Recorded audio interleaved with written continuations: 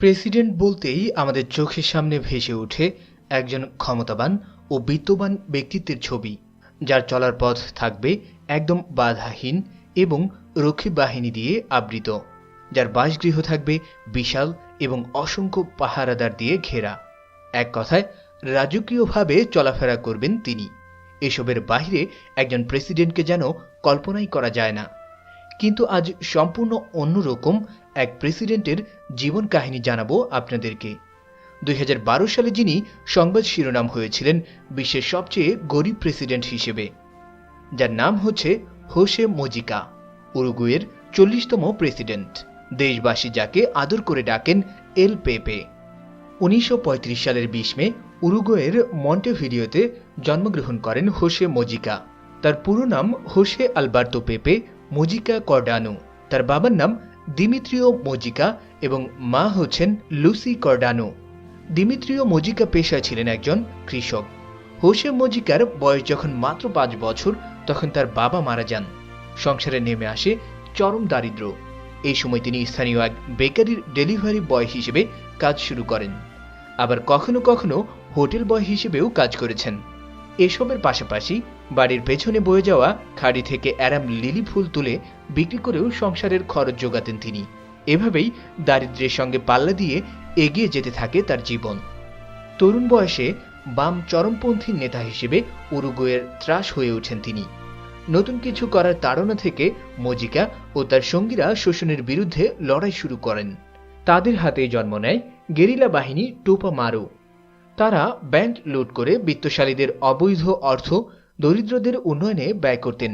শুধু তাই নয়, ধনী ব্যবসায়ীদের খুন করে তাদের সম্পত্তি বাজেয়াপ্ত করে দামি ক্যাসিনো দখল করে প্রতিষ্ঠানের কর্মীদের টাকা পাঠানো প্রভৃতি কাজ করতে থাকে তারা। 1969 সালে যে কারণে টাইমস ম্যাগাজিনে তাকে আখ্যায়িত করা হয়েছিল রবিনহুড গেরিলা হিসেবে। 1960-এর দশকের মাঝামাঝি থেকে 1970-এর দশকের শুরুর সময় পর্যন্ত স্থায়ী ছিল উরুগুয়ের শহরভিত্তিক এই বিদ্রোহ। একসময় তাদের দলের মধ্যে বিশৃঙ্খলা দেখা দেয়। জনপ্রিয়তা হারাতে শুরু করে তাদের গড়া সংগঠন টোপা মারো। 1970 সালের মার্চে এক পানশালায় পুলিশের সঙ্গে গুলির লড়াইয়ের পর গ্রেপ্তার হন এল পেপে। পরবর্তীতে অমানসিক অত্যাচার করা হলেও নিজের আদর্শ থেকে বেরিয়ে আসেননি তিনি। জেল থেকে দুবার পালিয়ে গিয়েও 1972 সালে ফের ধরা পড়েন মুজিকা। দীর্ঘ 14 বছর বন্দি জীবনের পর 1985 সালে এসে মুক্তি পান মুজিকা। জেল থেকে মুক্তি পাওয়ার পরই খুব দ্রুতই জনপ্রিয় রাজনীতিবিদ হয়ে ওঠেন মুজিকা। হোসে মুজিকা 2005 থেকে 2008 সাল পর্যন্ত পশু সম্পদ, কৃষি ও মৎস্য মন্ত্রীর দায়িত্ব পালন করেন। শুধু তাই নয়, পরে তিনি সিনেটর হিসেবেও দায়িত্বে ছিলেন। বোর্ড ফ্রন্টের প্রার্থী হিসেবে তিনি 2009 সালের প্রেসিডেন্ট নির্বাচন জেতেন এবং 1 মার্চ 2010 সালে কার্যভার গ্রহণ করেন মুজিকা। মুজিকার তুমুল জনপ্রিয়তার পেছনে রয়েছে তার সোজাসাপটা কথা, আদর্শবাদী ভাবমূর্তি এবং সহজ সরল জীবনযাপন। বিলাসবহুল প্রাসাদে থাকার বদলে প্রেসিডেন্ট হয়েও তিনি বেছে নিয়েছেন নিতান্তই এক সাধারণ জীবন। তার বাড়িতে পানি সরবরাহের একমাত্র ব্যবস্থা হচ্ছে ভাঙাচোরা একটি পুরনো কুয়া। বিশ্বের দরিদ্রতম এই প্রেসিডেন্টের নিরাপত্তার জন্য নিয়োজিত আছে মাত্র 2 জন পুলিশ আর ম্যানুয়েল নামের একটি আদুরে কুকুর। তার দীর্ঘদিনের বিশ্বস্ত এই কুকুরটিরও একটি পা খোড়া। একসময়কার বামপন্থী গেরিলা নেতা মুজিকার নামে কোনো ঋণ নেই। তিনি বোধহয় একমাত্র প্রেসিডেন্ট যার নিজের কোনো ব্যাংক অ্যাকাউন্টই নেই।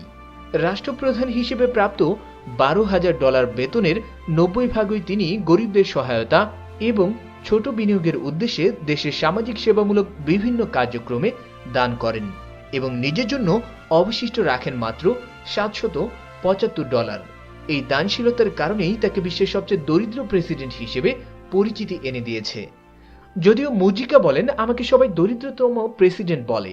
আমার তো মনে হয় দরিদ্র তারাই যারা সারাটা জীবন কেবল ভোগ্যপণ্য কেনার অর্থ জোগাড় করতে দাসের মতো খেটে যাচ্ছে। মুজিকা তার বিপ্লবী সতীর্থ লুসিয়া টেপোল্যানস্কির সঙ্গে দীর্ঘ 20 বছরের প্রেমের পর 2005 সালে এসে বিয়ে করেন। মুজিকার বাড়িটি রাজধানী মন্টেভিডিওর বাইরের এক পাহাড়ি কৃষি জনপদে। সেখানে তিনি ও তার স্ত্রী মিলে ফুলের চাষ করেন। পরিবার চলে স্ত্রীর আয় থেকেই। নিঃসন্তান এই দম্পতির সবচেয়ে দামি সম্পত্তি হল 1987 সালে কেনা $1,800 একটি গাড়ি। 2014 সালে অনুষ্ঠিত উরুগুয়ের প্রেসিডেন্ট নির্বাচনে তিনি আর প্রতিদ্বন্দ্বিতা করেননি। কারণ হিসেবে তিনি বলেন এখন তার অবসরের সময় হয়েছে এবং তাই তিনি রাজনীতি থেকে স্বেচ্ছায় অবসর নিয়েছেন। এমনকি প্রেসিডেন্ট পদ থেকে সরে আসার পরও তিনি সিনেটর হিসেবে মানুষের জন্য কাজ করে গিয়েছেন, যার জন্য নিজের অবসর ভাতা পর্যন্ত বিসর্জন দেন তিনি। আর এ কারণেই আজও মানুষ তাকে এত ভালোবাসেন এবং শ্রদ্ধা করেন। 5 বছর উরুগুয়ের সার্বিক উন্নতিতে অবদান রাখার পর তিনি যখন অফিস ত্যাগ করেছেন তখন বলা হয়েছিল পৃথিবীর সবচাইতে বিনীত লোকটি আজ পদত্যাগ করলেন। এর চাইতে বড় পাওয়া একটা মানুষের জীবনে